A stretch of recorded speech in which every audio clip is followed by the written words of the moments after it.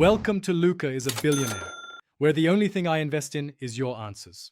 In this video, I will explain how to remove a Ford F-150 engine.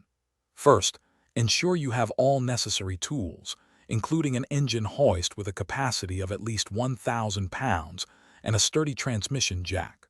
Always disconnect the negative battery terminal first. Then, drain the engine oil, coolant, and power steering fluid.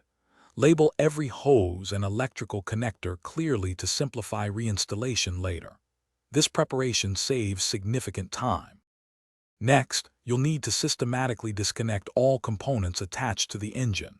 Start by removing the air intake system and the radiator to provide ample working space. Carefully disconnect the fuel lines, ensuring no fuel spills, and unbolt the exhaust system from the manifolds. Proceed to disconnect all electrical harnesses and vacuum lines.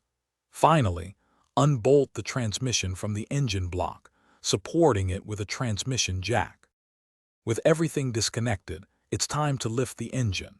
Securely attach the engine hoist chains to the designated lift points on the engine block, typically 2 to 4 points. Double-check that your vehicle is stable on jack stands or a hydraulic lift. Begin to slowly raise the engine, constantly checking for any overlooked hoses, wires, or bolts that might still be attached. Take your time and ensure a clear path for removal. Once the engine is safely out, take a moment to inspect the engine bay for any worn or damaged components, such as motor mounts or wiring harnesses. This is an excellent time for replacement. Store the removed engine on a sturdy engine stand or a robust pallet to prevent damage. Thoroughly clean all mating surfaces on both the engine and transmission to ensure a proper seal upon reinstallation.